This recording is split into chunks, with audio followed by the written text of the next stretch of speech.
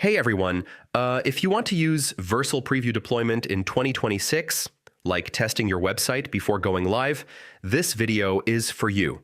I'll show you step by step how it works. First, open Vercel and connect your project from GitHub, GitLab, or Bitbucket.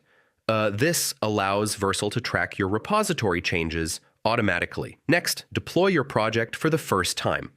This creates your main production version. Now create a new branch in your repository and make changes to your code. Preview deployments are triggered when you push updates. After that, push your changes to your Git platform. Vercel will detect the update instantly. Next, Vercel automatically creates a preview deployment with a unique URL. This lets you test your site without affecting the live version. Now open the preview link and test your design, features, and responsiveness. This helps catch issues before release. After that, share the preview URL with your team or clients.